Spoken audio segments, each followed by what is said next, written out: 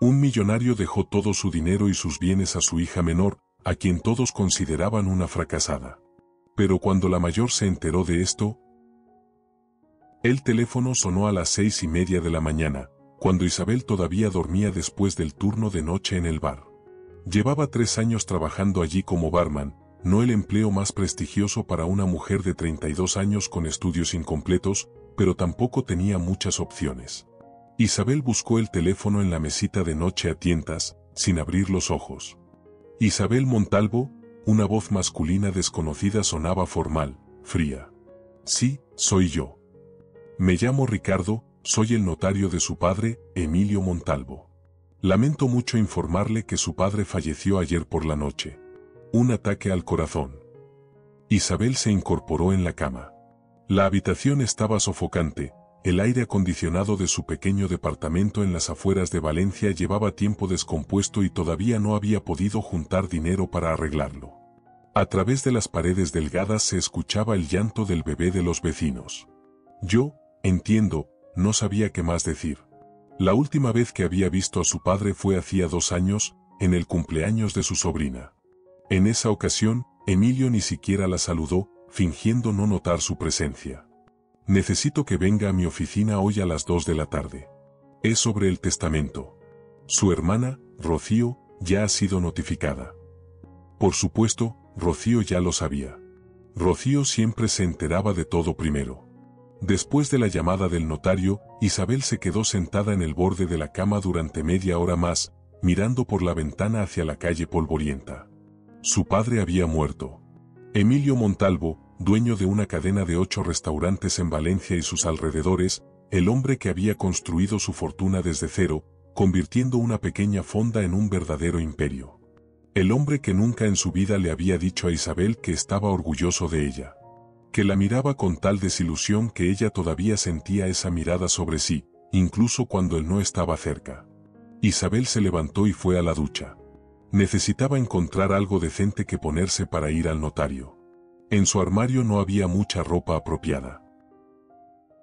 La oficina del notario estaba en el centro de la ciudad, en un barrio elegante con calles amplias y árboles bien cuidados. Isabel llegó en autobús, su coche viejo se había descompuesto otra vez hacía una semana y todavía no tenía dinero para repararlo. Salió del salón fresco del autobús y de inmediato sintió como el calor le golpeaba la cara. El asfalto bajo sus pies parecía derretirse. Rocío ya estaba esperando en la recepción, sentada en un sillón de cuero con las piernas cruzadas. Vestía un traje gris claro impecable, el cabello recogido en un moño elegante, el maquillaje perfecto. 35 años, pero parecía de 28. A su lado había un elegante portafolio de cuero, probablemente del valor de un mes de salario de Isabel. «Llegaste tarde», dijo Rocío en lugar de saludar, sin siquiera levantar la vista de su teléfono. El autobús se retrasó, Isabel se sentó en el sillón de enfrente. Su sencillo vestido negro, comprado en una tienda de cadena hace 3 años, se veía miserable al lado del atuendo de su hermana. Lo sabía. Rocío seguramente también lo había notado. Claro, en la voz de la hermana mayor no había ni una pizca de compasión. ¿Todavía no tienes coche? ¿Sigues trabajando en ese bar? Isabel no respondió. No tenía caso. Cada conversación entre ellas en los últimos 15 años había sido más o menos así. Rocío hacía preguntas cuyas respuestas ya conocía, solo para remarcar la diferencia entre ambas. Rocío Montalvo era una abogada exitosa en uno de los despachos más grandes de la ciudad.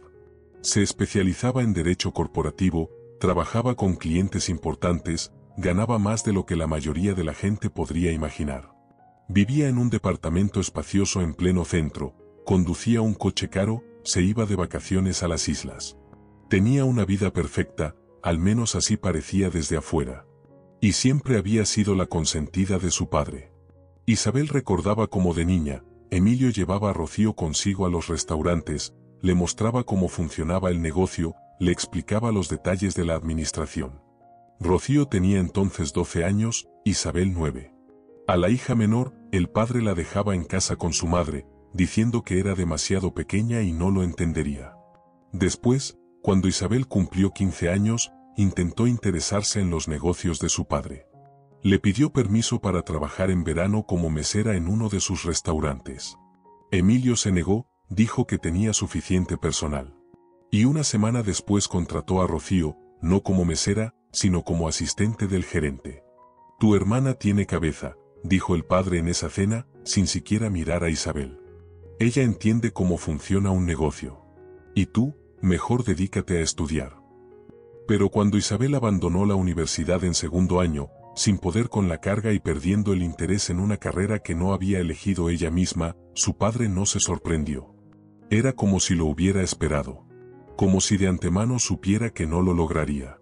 Lo sabía, dijo él, sentado en su estudio en casa, sin siquiera voltearse hacia ella. Nunca terminas nada, Isabel.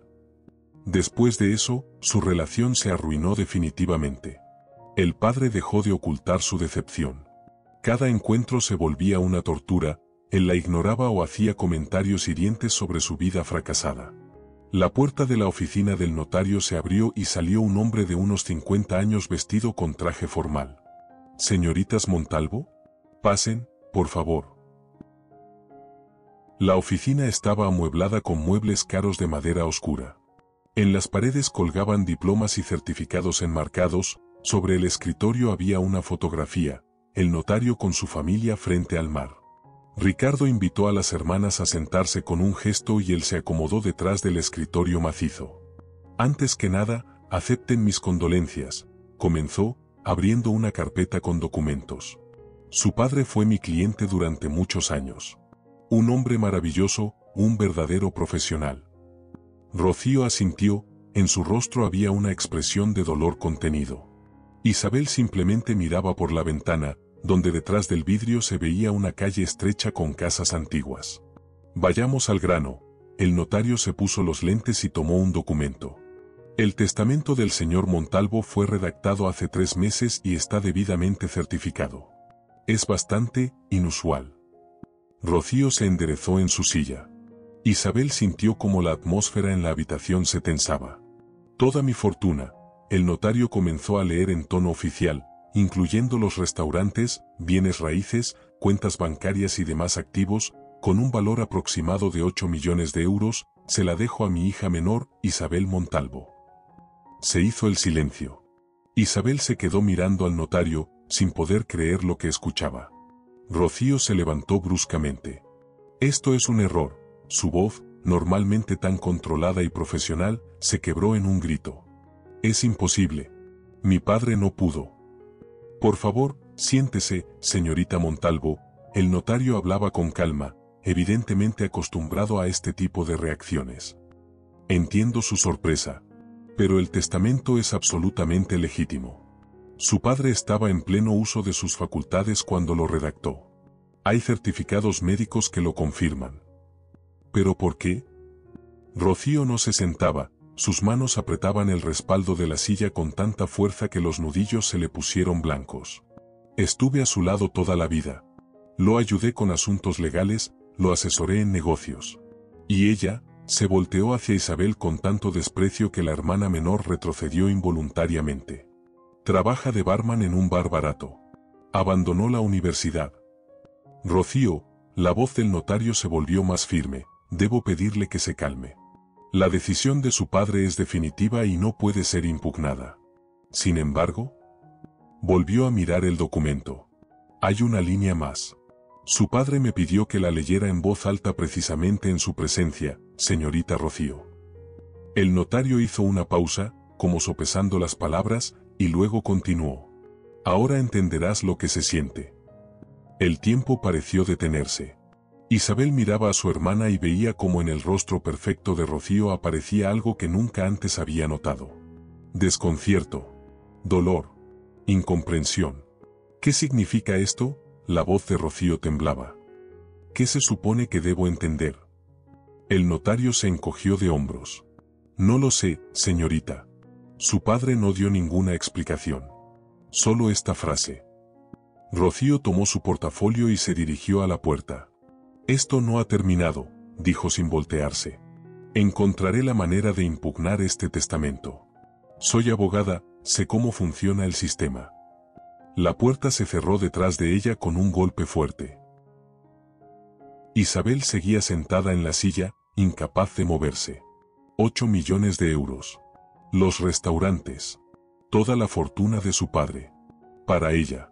Para esa fracasada a quien él había despreciado toda su vida. Yo, no entiendo, finalmente logró decir.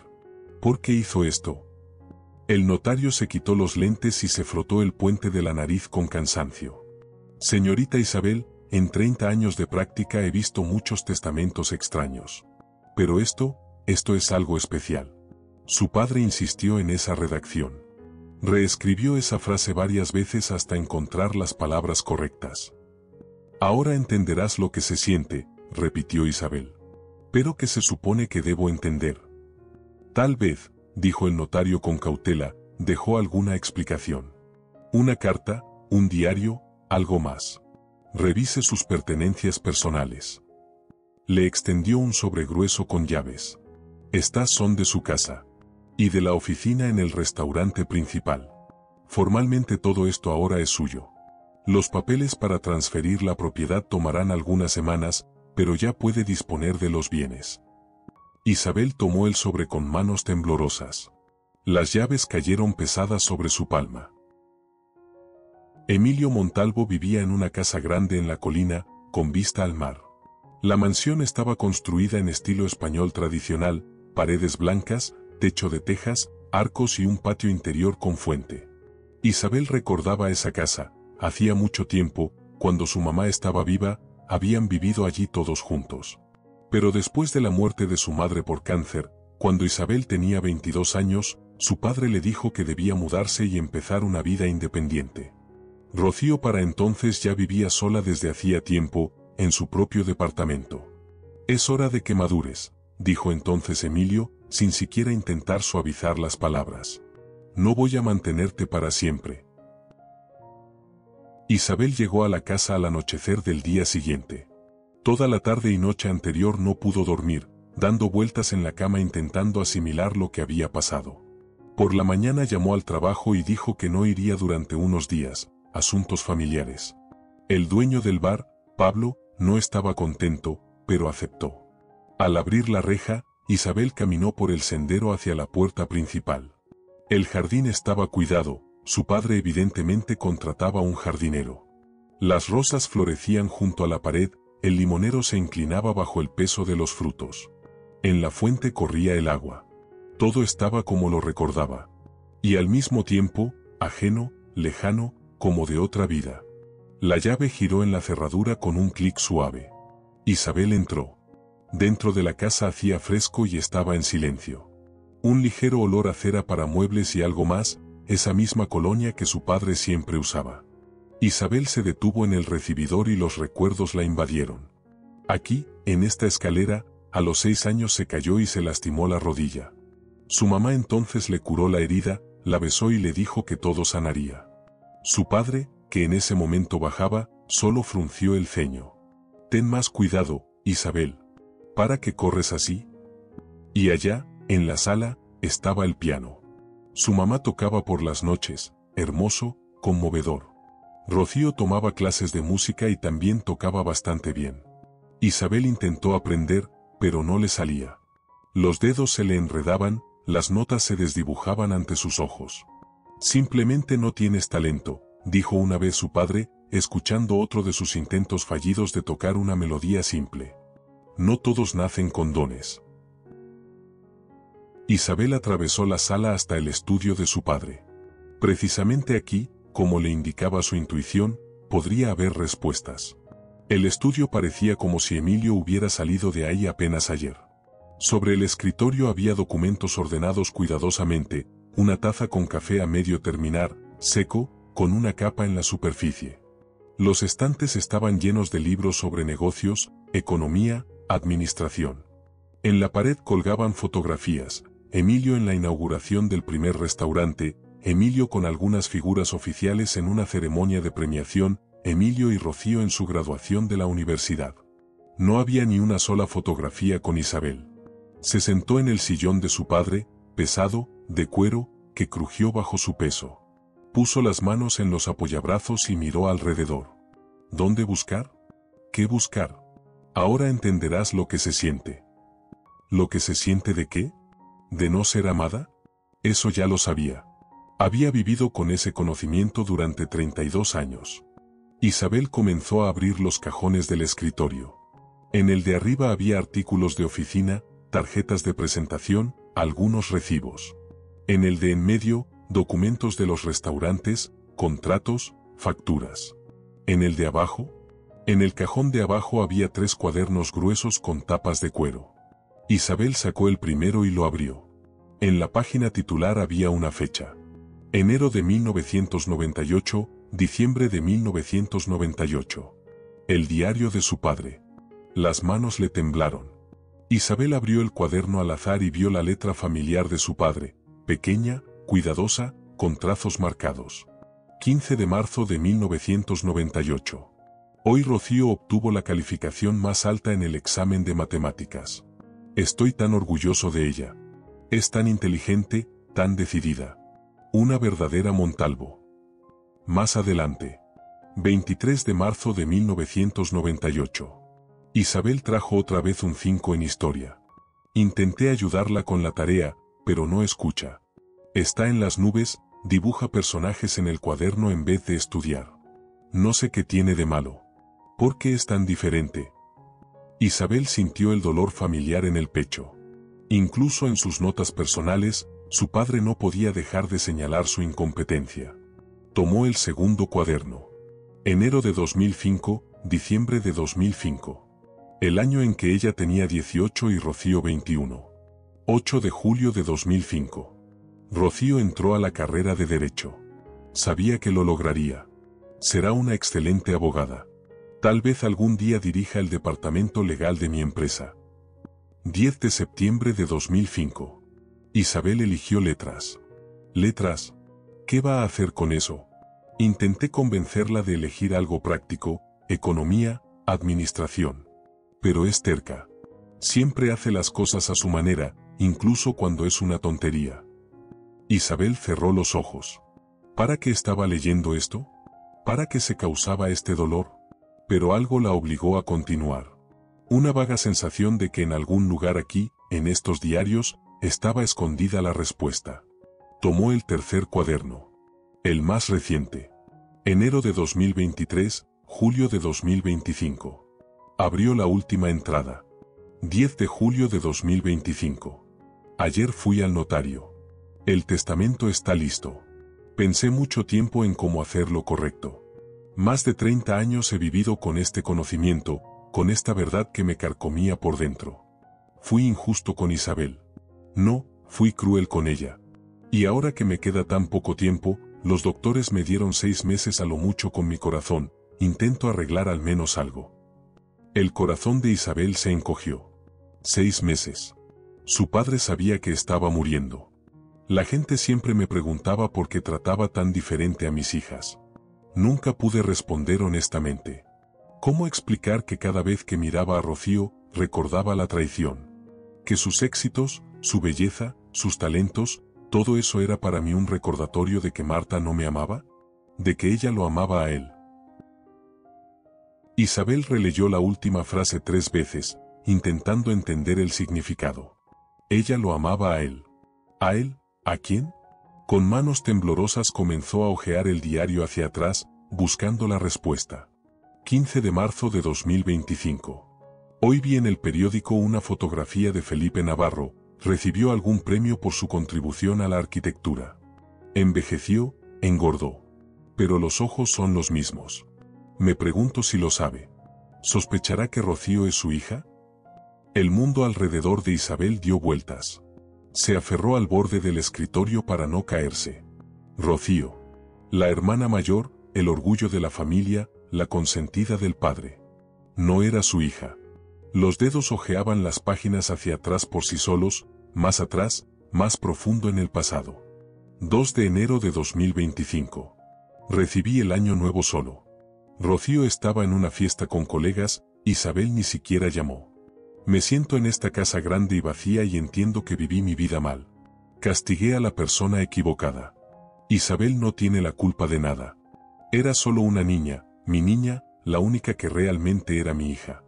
y yo la destruí. 10 de noviembre de 2024. Me encontré con Isabel en la calle por casualidad. Iba con unas bolsas de una tienda barata, se veía cansada. Quise acercarme, hablar con ella. Pero no pude. ¿Qué podía decir después de tantos años de silencio? ¿Perdona que arruinara tu vida con mi egoísmo? 3 de agosto de 2024. Rocío vino a verme con documentos legales sobre un nuevo negocio. Hablamos durante 3 horas. Es inteligente, muy inteligente. Pero fría. A menudo pienso que es mi culpa, la hice así, fomentando la insensibilidad, elevando la racionalidad a culto. ¿O es de Felipe? Él también era así, calculador, siempre sabiendo lo que quería. Isabel seguía ojeando. Sus mejillas estaban húmedas de lágrimas, pero no lo notaba. 14 de febrero de 2024. Día de San Valentín. Marta murió hace 13 años, pero todavía recuerdo esa tarjeta de San Valentín que encontré entre sus cosas. No era para mí. Para mi Felipe, el amor de toda mi vida. Y yo solo era una opción conveniente. Un esposo con dinero y estabilidad. Hacia atrás, más atrás. 5 de abril de 2023. Hoy me enteré de que tengo problemas serios del corazón. El doctor dijo que necesito cambiar urgentemente mi estilo de vida, menos estrés, alimentación correcta. Lo escuchaba y pensaba, ¿vale la pena? ¿Para qué prolongar esta vida? Tengo 2 hijas a las que casi no veo. Una me odia, aunque le di todo. La otra me teme y ni siquiera intenta comunicarse. 29 de enero de 2023. Empiezo este diario por consejo del psicólogo, al que me obligó a ir el doctor. Dice que necesito resolver mis emociones. A los 65 años resolver emociones, ridículo. Pero tal vez lo intente. Isabel dejó ese cuaderno y tomó el segundo. Sus manos temblaban tanto que las páginas susurraban. Abrió la entrada de diciembre de 2005. 28 de diciembre de 2005. Marta pidió perdón hoy. Lloraba, decía que todo había terminado con Felipe. Que fue un error, una debilidad momentánea. Pero no puedo olvidar. Cada vez que miro a Rocío, lo veo a él. Los rasgos, los modales, hasta la risa, todo de él. Isabel. Isabel se parece a mí. A mi madre. Es mía. La única mía. Pero no puedo amarla como debería. Porque entonces se volvería demasiado obvio que amo menos a Rocío. Y no quiero herir a una niña que no tiene la culpa de nada. 3 de octubre de 2005. Pedí una prueba de ADN. No porque tuviera dudas, ya lo sabía todo desde que Marta estaba embarazada de Rocío, por la forma en que se alteraba, lloraba, decía que no estaba lista. Pero necesitaba pruebas. El resultado llegó hoy. Rocío no es mi hija biológica. Guardé el documento en la caja fuerte. Marta nunca sabrá que lo sé. 12 de mayo de 2005. Rocío terminó la preparatoria con medalla de oro. Estuve en la ceremonia, aplaudí, sonreí. Y me odié por lo que sentía. ¿Orgullo? Sí. Pero también amargura. Porque no es mía. Porque todo esto, su inteligencia, su talento, sus ambiciones, todo es de Felipe Navarro, el arquitecto exitoso, el amante de mi esposa. Isabel cerró el diario. Necesitaba recuperar el aliento, asimilar todo esto. Su padre lo sabía. Siempre supo que Rocío no era su hija. Y en lugar de dejar de amarla, él redirigió su dolor hacia Isabel. Hacia la que realmente era de su sangre. Era tan retorcido, tan cruel, que Isabel no podía creerlo. Y sin embargo, explicaba todo. Absolutamente todo. ¿Por qué favorecía a Rocío? Era una compensación por la traición de su madre, un intento de mostrarle al mundo entero, y a sí mismo, que no le importaba quién era su verdadero padre.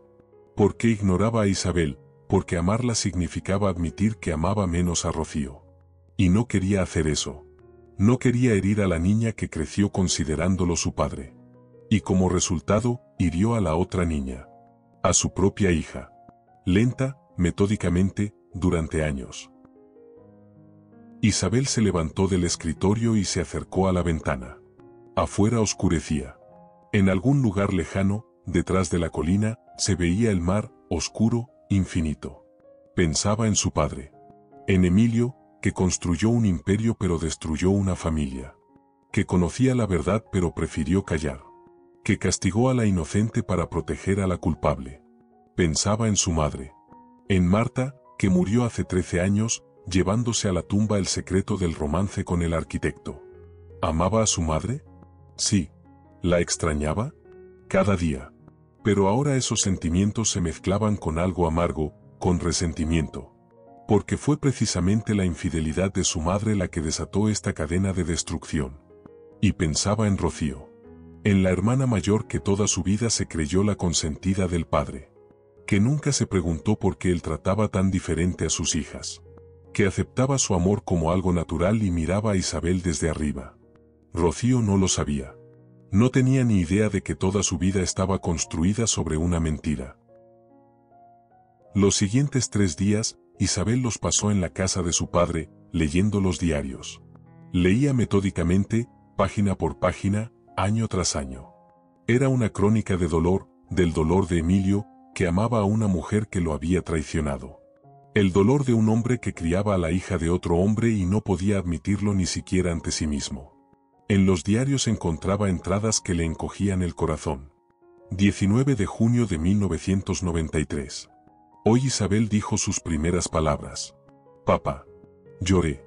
Marta se reía de mí, decía que era demasiado sentimental. Pero es mi niña. Mía.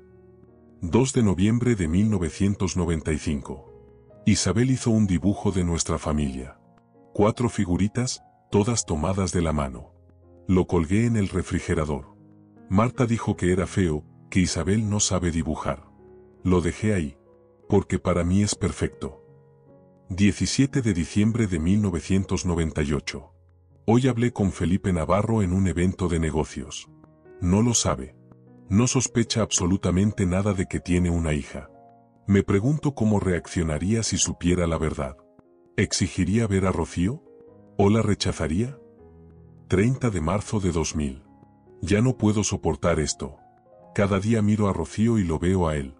Y luego miro a Isabel y entiendo que me estoy comportando como un monstruo. Me preguntó hoy por qué no la amo como a Rocío. Tenía 7 años. 7. Y ya lo sentía. ¿Qué podía decir? Mentí. Dije que las amaba por igual. No me creyó. Los niños siempre sienten la mentira. 5 de enero de 2004. Marta se está muriendo. El cáncer ya es inoperable, los doctores le dan máximo 6 meses. Quiere hablar conmigo sobre algo importante, pero no estoy listo. Temo que confiese la infidelidad en voz alta, y entonces tendré que reaccionar. Fingir que no lo sabía. O finalmente contar la verdad. 12 de febrero de 2004. Marta confesó. Estábamos sentados en su habitación del hospital, me tomaba de la mano y hablaba sobre Felipe. Cómo se conocieron en alguna exposición, cómo empezó todo. El romance duró 6 meses. Quedó embarazada y terminó la relación sin decirle nada. Decidió criar al bebé conmigo. Perdóname, Emilio, lloraba. Perdóname. Fui una egoísta. Te destruí. Dije que la perdonaba. Pero era mentira. No la perdoné. Ni siquiera ahora, cuando se está muriendo. 20 de junio de 2004. Marta ya no está. El funeral fue hoy. Rocío lloraba, Isabel estaba apartada con los ojos secos. Quería acercarme a ella, abrazarla, decir algo reconfortante. Pero no pude. Todavía no puedo tratarla normalmente. Esta es mi tragedia, estoy destruyendo la relación con la única persona que realmente es de mi sangre. Isabel leía y lloraba. Lloraba por los años perdidos, por el padre que nunca llegó a conocer. Por el amor que él no pudo darle. Por el dolor que ambos cargaban. Pero más que nada lloraba por la decisión que ahora tenía ante ella. Una de esas noches encontró en la caja fuerte de su padre, el código estaba anotado en el diario, los documentos de la prueba de ADN. Además de varias fotografías de Felipe Navarro, recortes de periódicos, impresiones de algunos sitios web. Isabel miraba el rostro del hombre y buscaba el parecido con Rocío. Estaba ahí. Sin duda. Los mismos pómulos altos, la misma forma de los labios, la misma mirada penetrante. ¿Cómo no lo había notado antes? Pero probablemente nadie había buscado el parecido. Todos daban por sentado que Rocío era hija de Emilio. Isabel fotografió los documentos con su teléfono.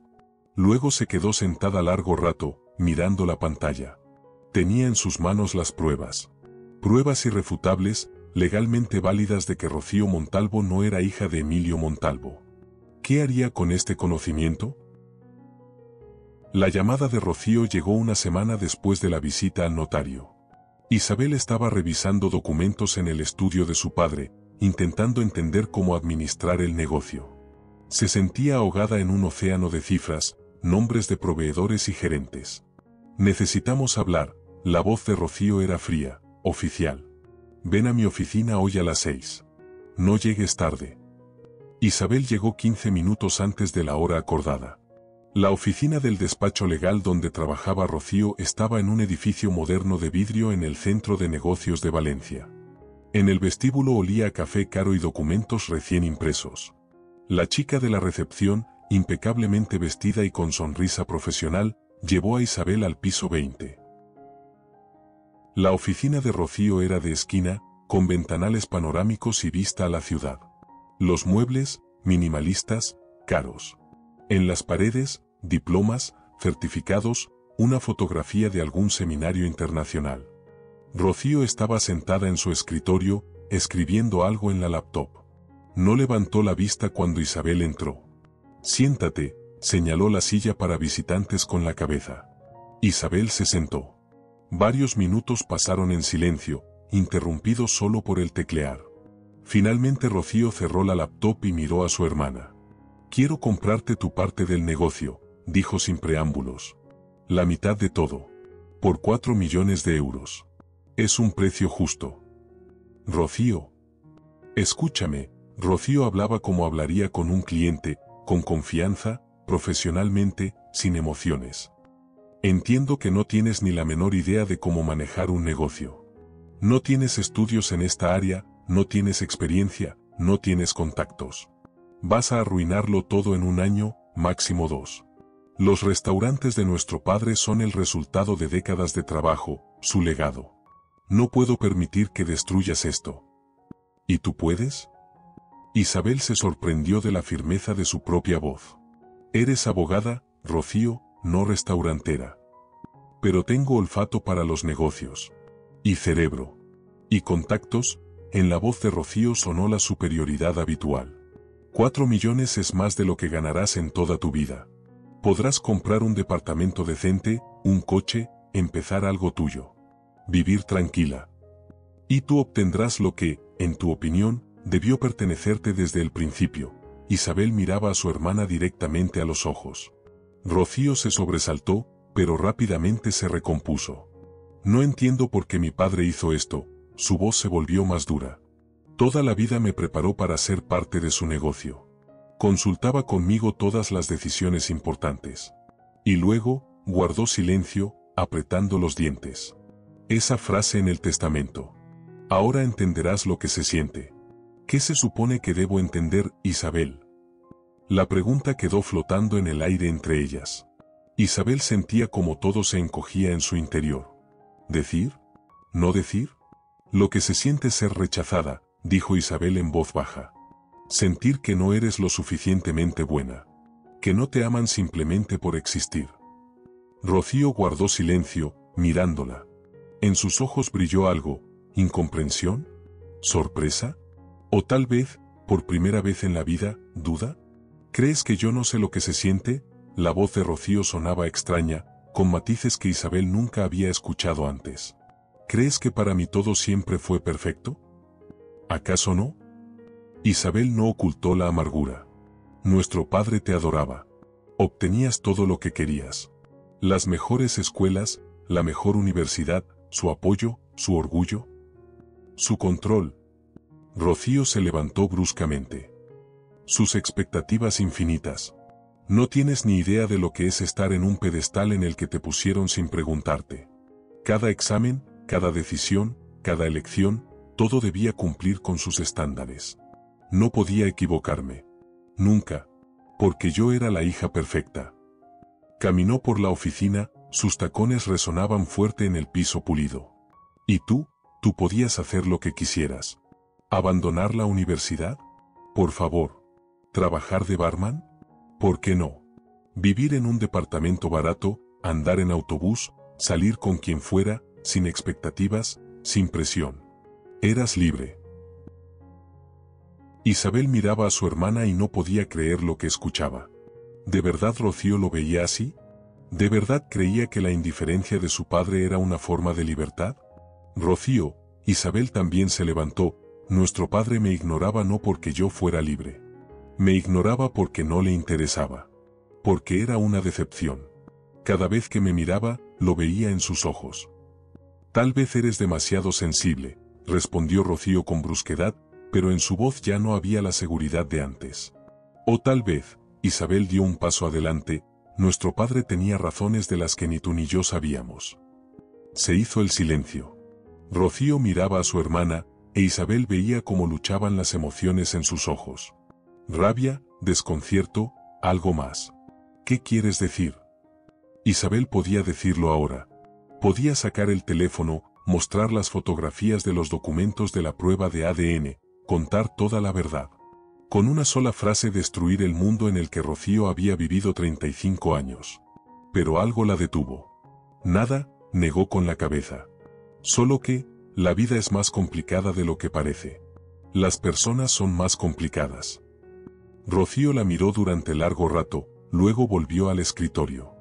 La oferta sigue en pie, su voz volvió a ser profesional, pero ya no sonaba tan segura. 4 millones por la mitad del negocio. Piénsalo. Tienes una semana. Isabel asintió y se dirigió a la puerta. Isabel, la llamó Rocío cuando ya había tomado la manija. ¿Sí? ¿Tú, de verdad me odias? La pregunta sonó tan inesperada, tan infantil, que Isabel se detuvo. No, se volteó y miró a su hermana. Nunca te odié, Rocío. Te envidiaba. Me enojaba. Me sentía insignificante a tu lado. ¿Pero odiarte? No. Rocío bajó la mirada. Yo tampoco te odio, dijo en voz baja. Si pensabas que yo, guardó silencio, sin terminar la frase. Isabel salió de la oficina con una sensación pesada en el pecho. Esta había sido, tal vez, la conversación más honesta entre ellas en todos estos años. Y la más triste. En los días siguientes Isabel se debatía entre decisiones. Iba a los restaurantes de su padre, ahora sus restaurantes, conocía a los gerentes, observaba el trabajo de la cocina, hablaba con el personal. La gente la miraba con curiosidad y escepticismo mal disimulado. ¿Quién era esta mujer que de repente se había convertido en dueña de todo el negocio? El gerente general, Sergio Castillo, un hombre de unos 50 años con ojos penetrantes y sienes grises, la invitó a una conversación en la oficina del restaurante principal. Señorita Montalvo, comenzó cuando se quedaron a solas, trabajé con su padre 23 años. Lo conocía como nadie más. Y debo decirle algo. Isabel se preparó para escuchar que no lo lograría, que era mejor que vendiera el negocio. Su padre los últimos meses habló mucho sobre usted. Sergio la miraba con calma. Me dijo que había cometido un gran error en su vida. Que había sido ciego y cruel. Y que quería arreglarlo. ¿Dijo eso? Isabel sintió como se le cerraba la garganta. Sí. Me pidió que la ayudara cuando viniera. Que le enseñara todo lo que necesita saber. Él creía que usted lo lograría. Sergio hizo una pausa. ¿Sabe, señorita? He visto mucha gente en este negocio. Talentosa, inteligente, educada. Pero el éxito no depende solo de eso. Depende de si está dispuesta a aprender. Si está dispuesta a escuchar. Si está dispuesta a trabajar sin descanso. ¿Y usted cree que yo estoy lista? Todavía no lo sé, respondió Sergio honestamente. Pero estoy dispuesto a darle una oportunidad. Por la memoria de su padre. Y porque vi ese fuego en sus ojos cuando hablaba con nuestro chef ayer. Hizo las preguntas correctas. Se interesó en los detalles. Es una buena señal. Esa noche Isabel regresó a la casa de su padre y volvió a abrir los diarios. Releía las entradas de los últimos meses, intentando entender sus motivos. 25 de abril de 2025. Decidí dejárselo todo a Isabel. Rocío no necesita dinero, es exitosa, rica, independiente. A Isabel la destruí. Lo mínimo que puedo hacer es darle una oportunidad. Una oportunidad de tener una vida sin lucha constante por sobrevivir. Una oportunidad de demostrarse a sí misma que es capaz de más. 15 de mayo de 2025. Hablé hoy con Sergio. Le pedí que cuidara de Isabel. Es un buen hombre, la ayudará. Me pregunto si algún día entenderá por qué hice esto. ¿Leerá los diarios? ¿Sabrá la verdad sobre Rocío? 30 de junio de 2025. Siento que me queda muy poco tiempo. Los doctores proponen una operación, pero las probabilidades son pocas y estoy cansado. Cansado del dolor, de la culpa, de la vida en esta casa vacía. Quiero paz. Pero antes necesito asegurarme de que hice todo lo posible para arreglar lo que rompí. Isabel cerró el diario y miró la fotografía de su padre que estaba en el estante. Un Emilio joven, todavía sin canas, sonriente, con su mamá en brazos. Esa fotografía fue tomada mucho antes de todos los dramas y traiciones. Ahora entenderás lo que se siente. Había entendido. Su padre quería que Rocío sintiera lo que Isabel había sentido toda su vida. Rechazo. Injusticia. El dolor de ser pasada por alto, sin que te dieran una oportunidad. ¿Pero era correcto? ¿Era correcto castigar a Rocío por pecados que no había cometido? ¿Por la infidelidad de su madre, de la que ni siquiera sabía? Isabel tomó su teléfono. En la pantalla brillaba un mensaje de Rocío. Han pasado 5 días. ¿Tu respuesta? Los dedos se quedaron suspendidos sobre el teclado. Podía escribir, de acuerdo. Prepara los documentos. Recibir 4 millones, entregarle el negocio a su hermana, volver a su vida tranquila. Tal vez en verdad comprar un departamento mejor, viajar, dedicarse a algo que le gustara. O podía escribir, no. Me quedo. Y asumir la responsabilidad. Aprender a administrar el negocio. Demostrarle a su padre, a Rocío, pero sobre todo a sí misma, que podía. Pero había una tercera opción, en la que Isabel había estado pensando constantemente los últimos días. Contarle la verdad a Rocío.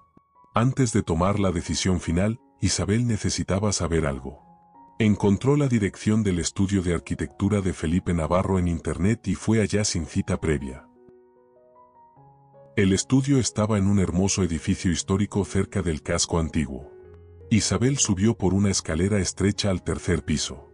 En la recepción estaba sentada una secretaria joven. Buenos días, ¿en qué puedo ayudarle? Me gustaría reunirme con el señor Navarro. Tengo un asunto personal. ¿Tiene cita? No, pero es importante. Dígale que se trata de Marta Montalvo. La mención del nombre de su madre funcionó. 5 minutos después, llevaron a Isabel a la oficina. Felipe Navarro era un hombre alto con canas nobles y rasgos faciales todavía atractivos. Tendría alrededor de 65 años, pero se veía más joven. Cuando Isabel entró, él se levantó del escritorio y ella vio preocupación en sus ojos. Marta, comenzó. Escuché que murió hace muchos años. Acepte mis condolencias, aunque tardías. Gracias. Soy su hija, Isabel. Él la miró atentamente. Siéntese, por favor. ¿Qué la trae aquí? Isabel se sentó. No sabía cómo comenzar esta conversación. Cómo decirle a un hombre que posiblemente tiene una hija de cuya existencia no sospechaba. Señor Navarro, ¿usted estuvo cerca de mi madre? Él palideció. Fue hace mucho tiempo, dijo lentamente. Tuvimos un romance. Breve, solo unos meses. No estoy orgulloso de ello. Ella estaba casada. Pero lo que pasó, pasó. ¿Ella no le dijo que estaba embarazada?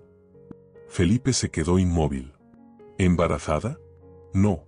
Ella simplemente, un día dijo que teníamos que terminar. Que no podía seguir engañando a su esposo.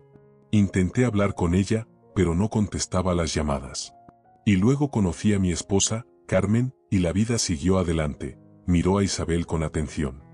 ¿Está diciendo que su madre estaba embarazada de mí? Isabel sacó su teléfono y le mostró una fotografía de Rocío en algún evento corporativo. Esta es mi hermana. Rocío. Felipe tomó el teléfono. Miró la fotografía largo rato. Luego se lo devolvió a Isabel. Ella, se parece mucho a mi madre, su voz se quebró. ¿Y a mí? Dios mío. ¿Tengo una hija? Biológicamente, sí. Pero legalmente y según todos los documentos, es hija de Emilio Montalvo, mi padre. Él la crió. Le dio todo. La amó, Isabel titubeó. Al menos, ella siempre pensó eso. ¿Emilio lo sabía? Felipe la miraba con ojos muy abiertos. Sí, siempre lo supo. Pero nunca se lo dijo a nadie. Felipe se dejó caer en la silla, cubriéndose el rostro con las manos. Yo, necesito tiempo para asimilar esto, murmuró. 35 años. Tengo una hija de 35 años y no sabía nada. ¿Tiene otros hijos?, preguntó Isabel. No, levantó la cabeza y ella vio lágrimas en sus ojos. Carmen no podía tener hijos. Nos resignamos a eso. Y ahora me dice que todo este tiempo. No terminó la frase. Isabel se levantó. No sé qué hará con esta información, dijo. Pero pensé que tenía derecho a saberlo. Rocío, ella no lo sabe. Todavía. ¿Se lo dirá? Todavía no he decidido. Felipe asintió, mirando al vacío. Si se lo dice, dígale que me gustaría conocerla. Si ella quiere, por supuesto. Isabel se fue, dejándolo a solas con esta noticia. Entendía que tal vez acababa de cambiar la vida de otra persona. ¿Pero tenía derecho a saberlo? ¿Tenía derecho a tomar decisiones por otros? Todas estas preguntas daban vueltas en su cabeza mientras regresaba. Pasó la semana que Rocío le había dado. Isabel estaba sentada en la casa de su padre, en su estudio, y miraba dos sobres que estaban frente a ella sobre el escritorio. En uno había documentos de compraventa, preparados por Rocío. Solo necesitaba firmar y 4 millones de euros pasarían a su cuenta, y la mitad del negocio a su hermana. En el segundo sobre había copias de los resultados de la prueba de ADN y una carta que Isabel había escrito para Rocío. Una explicación. La verdad. ¿Qué sobre elegir? Si elegía el primero, la vida se volvería más fácil. Dinero, libertad, ninguna responsabilidad. Rocío nunca sabría la verdad y seguiría viviendo en su mundo, donde era la hija amada de un restaurantero exitoso. Si elegía el segundo, el mundo de Rocío se derrumbaría. Pero obtendría la respuesta a la pregunta que, Isabel ahora lo entendía, la había atormentado toda su vida. ¿Por qué mi padre se comportaba tan extraño? ¿Por qué esa frase en el testamento? El teléfono sonó. Rocío. La semana pasó, la voz fría de su hermana. ¿Decidiste? Isabel miró los sobres. Sí, dijo. Necesito reunirme contigo. Ven a la casa de nuestro padre esta noche. A las 7. ¿Los documentos están listos? Ven. Te explico. Colgó el teléfono y se levantó. La decisión estaba tomada. Tal vez no la más fácil, no la más segura. Pero la única correcta. Isabel pasó el resto del día preparándose. Puso los diarios de su padre sobre el escritorio del estudio, colocó al lado los resultados de la prueba de ADN, imprimió la fotografía de Felipe Navarro. Luego preparó café, fuerte, como le gustaba a Rocío, y puso las tazas. A las 7 de la noche sonó el timbre de la puerta. Rocío se veía cansada.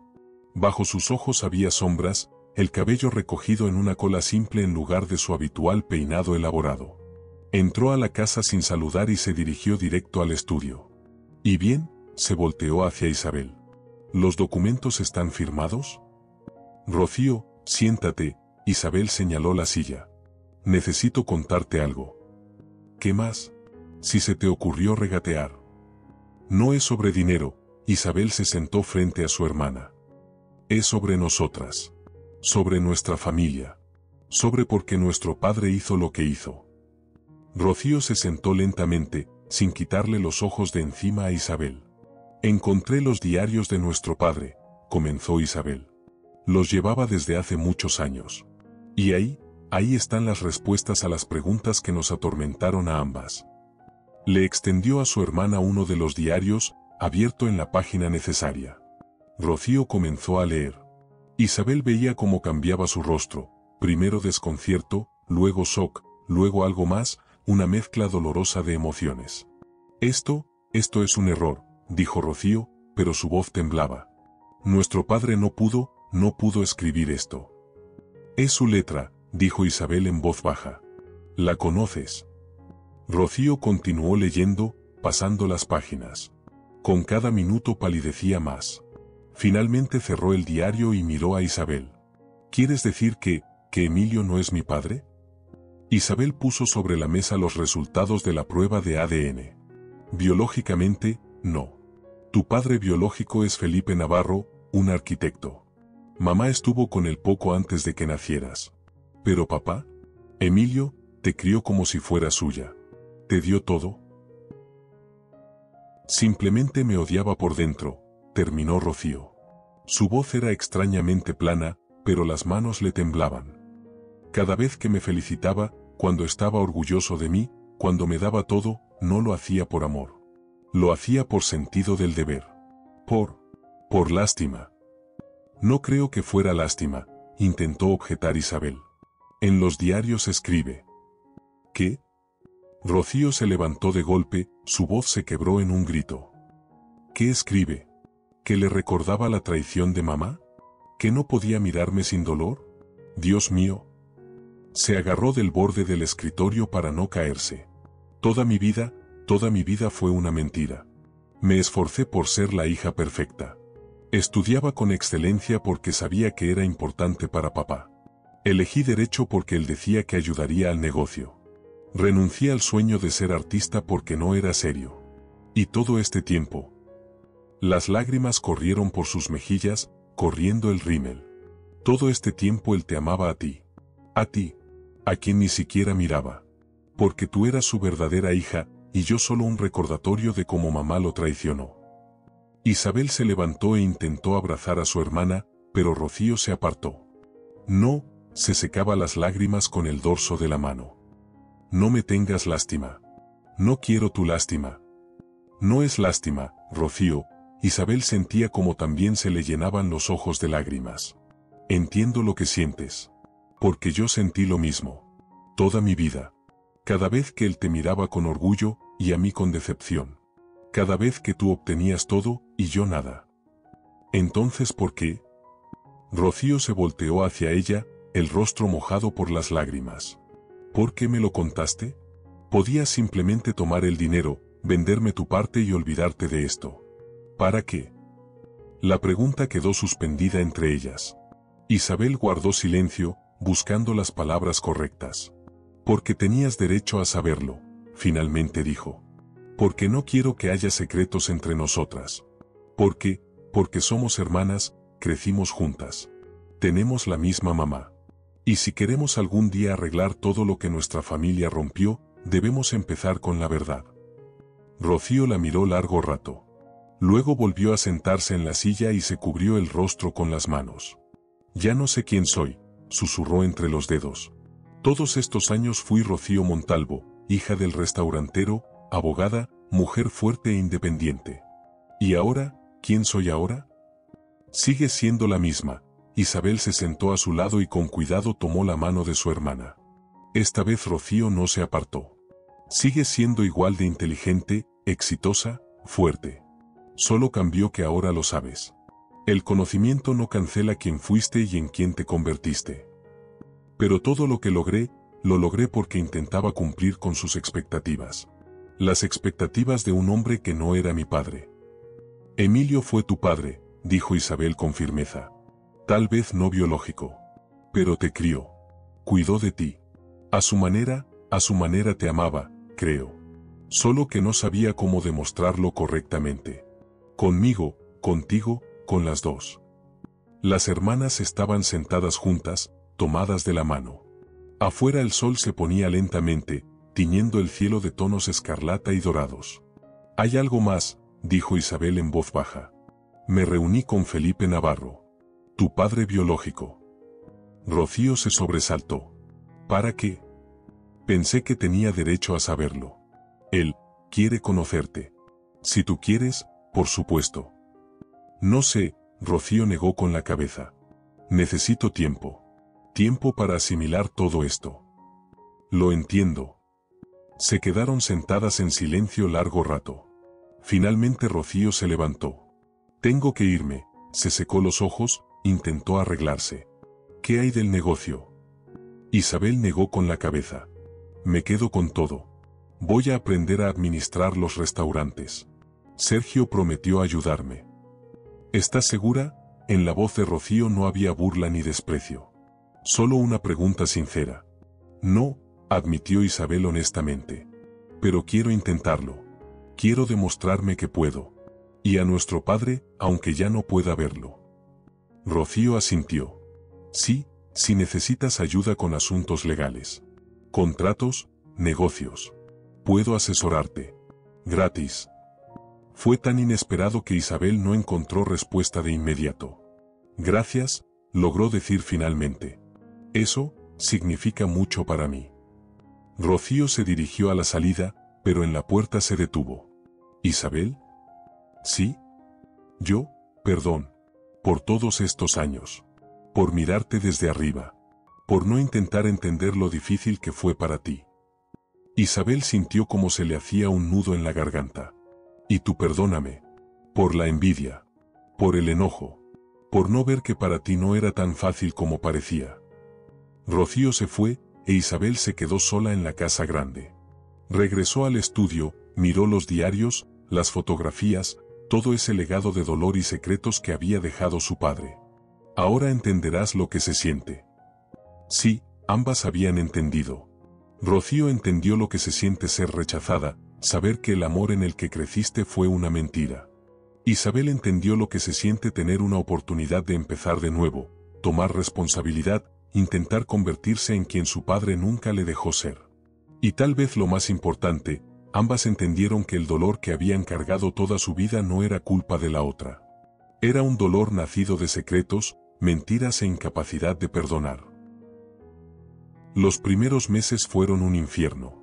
Isabel llegaba a la oficina del restaurante a las 6 de la mañana y se iba a las 10 de la noche.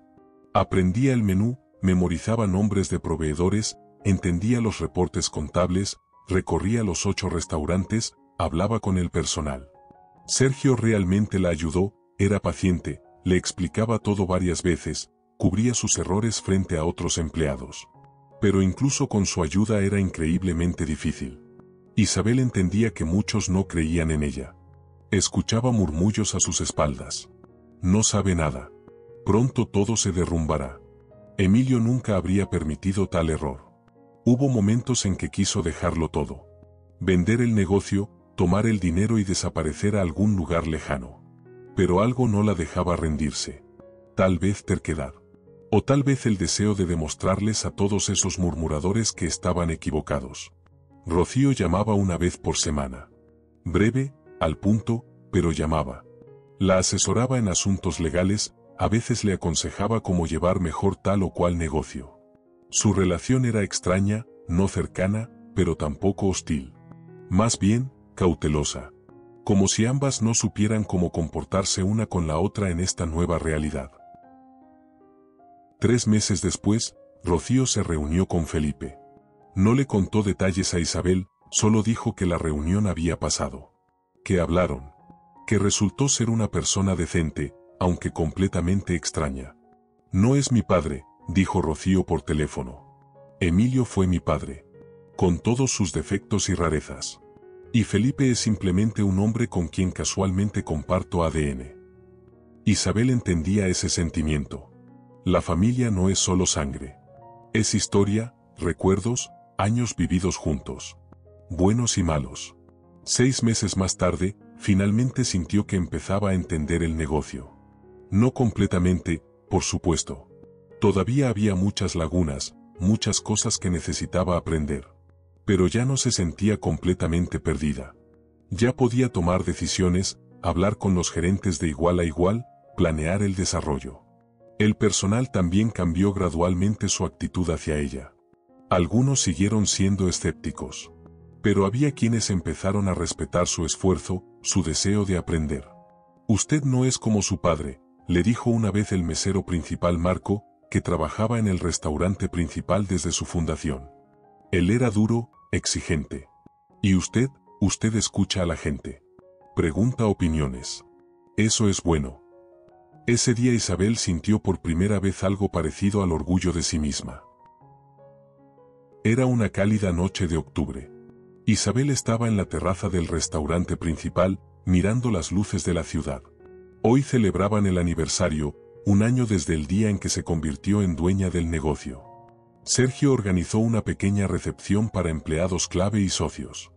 ¿Cómo te sientes?, apareció Rocío a su lado. Había venido al evento, lo cual fue una sorpresa. Las hermanas rara vez se veían en persona, principalmente se comunicaban por teléfono. Cansada, admitió Isabel honestamente. Pero, satisfecha. Cerramos con ganancias. Abrimos un nuevo restaurante en la ciudad vecina. Contratamos un equipo excelente. Lo sé, Rocío sonrió. He estado siguiendo. Lo estás haciendo mejor de lo que muchos esperaban. ¿Incluida tú? Especialmente yo, Rocío hizo una pausa. Sabes, he reflexionado mucho este año. Sobre nosotras, sobre nuestro padre, sobre nuestra familia. Y entendí que tal vez tenía razón. No en cómo actuó, eso fue cruel e incorrecto. Pero en darte la oportunidad. Rocío. No, déjame terminar, la hermana mayor se volteó hacia ella. Viví toda mi vida según las reglas de otros. De mi padre, de la sociedad, de mis propias expectativas. Hacía lo que debía hacer. Y tú viviste como quisiste. Aunque fuera difícil, aunque con errores. Pero era tu vida. Y ahora tienes esto también, el negocio que estás construyendo con tus propias manos. ¿Y sabes qué? Te envidio. Isabel no esperaba escuchar eso. ¿Tú, me envidias? Sí. Porque estás haciendo algo tuyo. No porque alguien lo espere. No por la aprobación de nuestro padre o de la sociedad. Sino porque tú lo decidiste. Estaban de pie juntas, mirando la ciudad.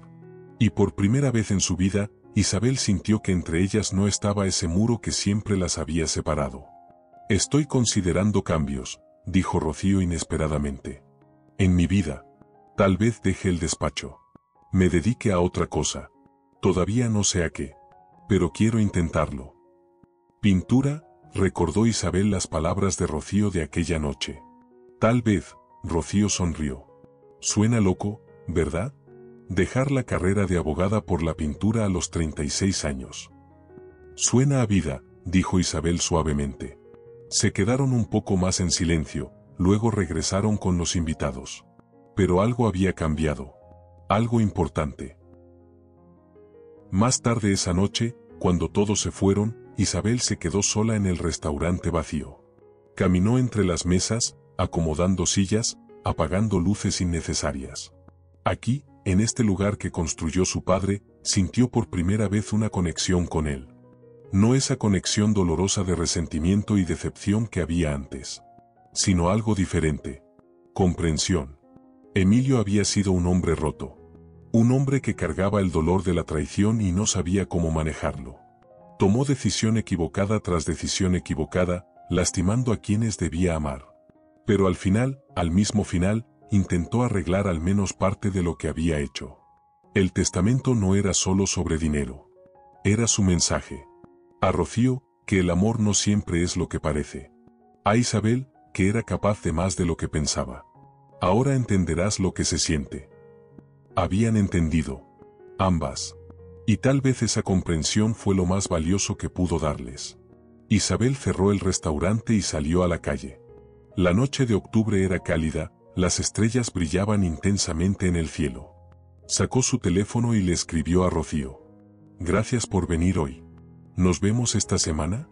Solo para platicar. La respuesta llegó en un minuto. Con gusto. ¿El sábado? Trato hecho. Isabel sonrió y caminó hacia su coche. Sí, finalmente había comprado un coche decente. No lujoso como el de Rocío, pero confiable, cómodo. Suyo. Todo apenas comenzaba. El negocio, la relación con su hermana, su propia vida. Había muchas dificultades por delante, mucha incertidumbre.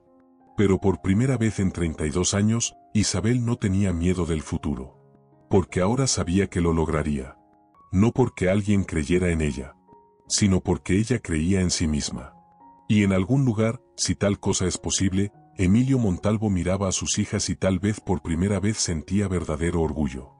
No por los logros, no por el éxito, sino porque ellas, a pesar de todo, encontraron el camino una hacia la otra. Y hacia sí mismas.